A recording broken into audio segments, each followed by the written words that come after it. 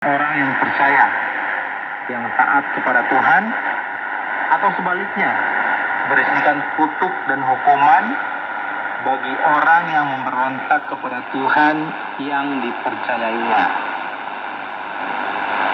Selain itu, kitab suci juga berisikan janji pengampunan Tuhan bagi umat manusia yang menyesal dan bertobat dari segala dosa dan ketidakbenaran dan kejahatannya, terutama dosa terhadap Tuhan dan juga kesalahan dan kejahatan terhadap sesama manusia, misalnya kepada orang tua, kepada guru, kepada suami atau istri, anak-anak, kepada pemimpin, kepada saudara-saudara, atau kepada sahabat-sahabat.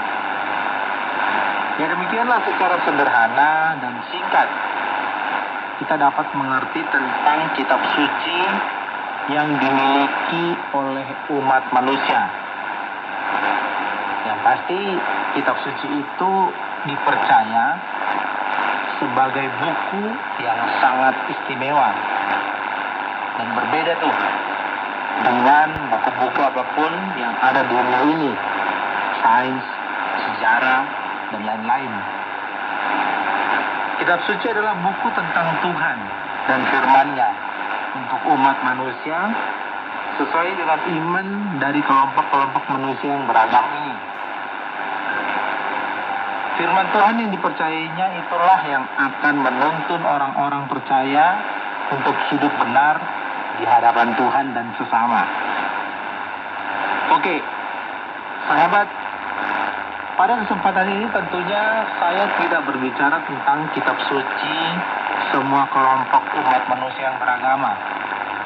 Saya hanya sedikit menjelaskan tentang kitab suci yang saya ketahui, yakni kitab suci orang Kristen.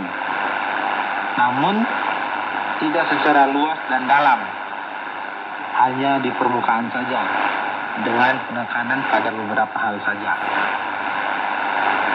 Kitab suci ini dalam bahasa Indonesia namanya Alkitab, dan dalam bahasa Inggris dikenal dengan nama Bible. Nama Bible ini dipastikan diketahui umat manusia pada umumnya. Begitu disebut Bible, orang-orang dari bangsa manapun langsung tahu bahwa itu adalah kitab suci orang Kristen. Seluruh isi Alkitab yang terdiri dari Perjanjian Lama dan Perjanjian Baru dan berisikan total 66 kitab itu dipercaya dan diterima sebagai firman Allah. Orang Kristen adalah orang-orang sebagai pengikut Yesus Kristus.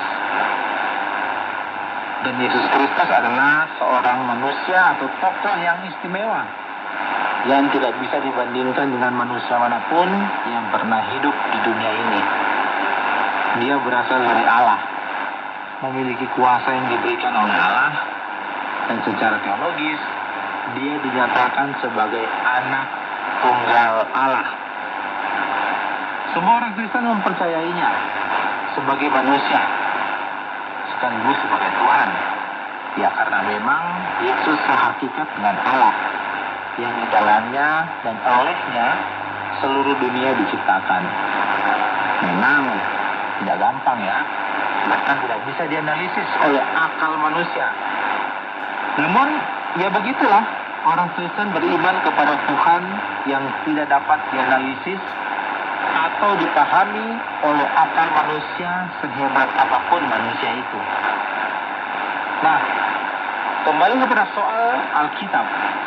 Meskipun merupakan kitab suci orang Kristen, kitab ini terbuka bagi siapa saja dari latar belakang mana saja yang ingin mempelajarinya. Alkitab tersedia dalam begitu banyak bahasa dari suku-suku dan bangsa-bangsa yang ada di dunia ini.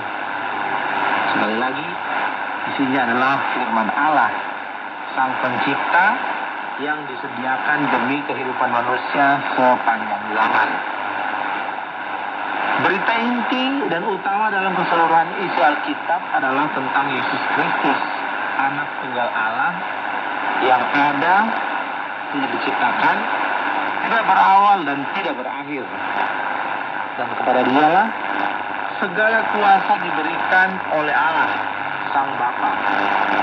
Dan berita ini memang masih sama-sama dalam keseluruhan Alkitab Perjanjian Lama. Namun, menjadi sangat jelas dalam Alkitab Perjanjian Baru.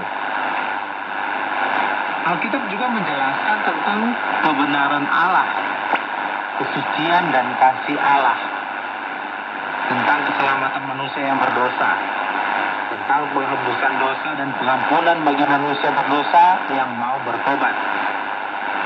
Tetapi semua ini hanya ada di dalam Yesus Kristus. Alkitab juga menerangkan tentang jalan kehidupan yang benar. Hanya satu-satunya jalan menuju Allah, yaitu melalui Yesus Kristus.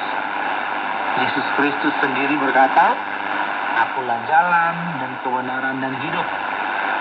Tidak ada seorang pun yang datang kepada Allah kalau tidak melalui aku."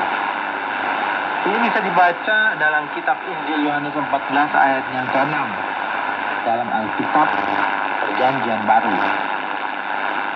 Di dalam Alkitab pula, manusia atau orang-orang percaya mendapat santapan rohani dan pedoman untuk hidup sehari-hari dalam iman kepada Yesus Kristus. Dengan